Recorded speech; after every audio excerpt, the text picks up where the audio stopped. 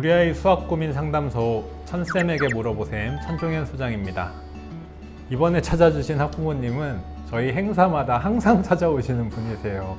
추가적으로 또 궁금한 것들이 있어서 찾아주셨습니다. 얘기 한번 들어보시죠. 문제집에 대해서 어떻게 시작을 해야 되고 그것과 전 따프를 좀 접목을 시키고 싶은데 이것에 있어서 혼자서 하려니 막막하더라고요. 따라하면 풀리는 초등수학은 그 책을 보셔서 아시겠지만 방향성이 좀 달라요. 전 영역을 한다 이런 부분보다는 교과를 하는 데 있어서 좀 깊이 있게 생각하게 한다. 커가면서 수를 바라보는 데 있어서 예를 들면 거기에 이제 이런 거잖아요. 이렇게 세모 더하기 7은 12야. 세모 더하기 6은 얼마일까? 뭐 이런 문제가 사실 어디에도 이런 문제는 잘 안 나올 거거든요. 네, 그리고 이거를 풀면 보통 문제집은 이거를 구하면 얼마고 넣으면 이렇게인데 똑같은 거에다가 하나 적게 더하면 결과도 하나 적어 이렇게 비교해서 생각해 보라고 하는 거거든요. 그러니까 요런 게 어떤 상황을 비교해서 생각할 줄 알고 차를 관찰하고 이런 것들이 3, 4학년 크면서 되게 많이 다루어져요.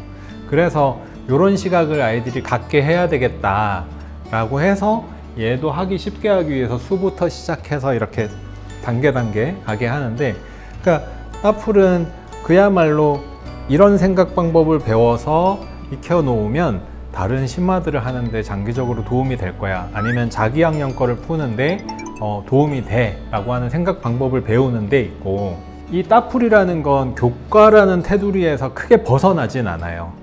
물론 이제 이런 생각 방법도 배워야 돼 라고 하고 주는 것도 있지만 다양한 영역에서 이런 문제들도 좀 다뤄봐야 되고 이런 생각들도 해봐야 되고 하면 1학년, 2학년, 3학년 커가면서 도움이 될 거예요. 예를 들면 무게라는 것은 무겁다, 가볍다, 그 다음에 둘을 비교하면 어떻게 된다, 이런 것들을 몸으로 느껴보고 이해하는 거거든요. 그래서 다양한 영역들을 미리 공부해보고 익혀보고 하는 건 도움이 된다고 생각하는 부분이고, 특히 작은 아이 같은 경우는 사고력 책을 하면서 문제집을 푼다라고 생각하기보다는 그걸 소재로 이런 개념을 익혀보고 놀이처럼 생각해보자 라고 접근하는 게, 그렇게 할 수 있으면 되게 좋아요.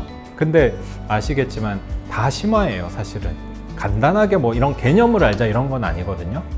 하면서 즐거울 수 있어야 도움 된다고 생각해요. 심화기 때문에. 어릴 때 꼭 심화를 시켜야 된다? 아니다. 요 기준은 아이가 하면서 즐거움을 느낄 수 있어야 된다, 할 수 있다 라고 하면 다지고 하면서 할 수 있도록 시키는 거죠. 개념성 공부할 때는 막 어려운 부분 없고 좀 빨리 끝나고 하니까 그 시간을 편성하면서 좀 생각할 책을 붙여주는 걸 따풀로 갔을 때 효율이 높아질 거다라고 생각을 하는 거죠.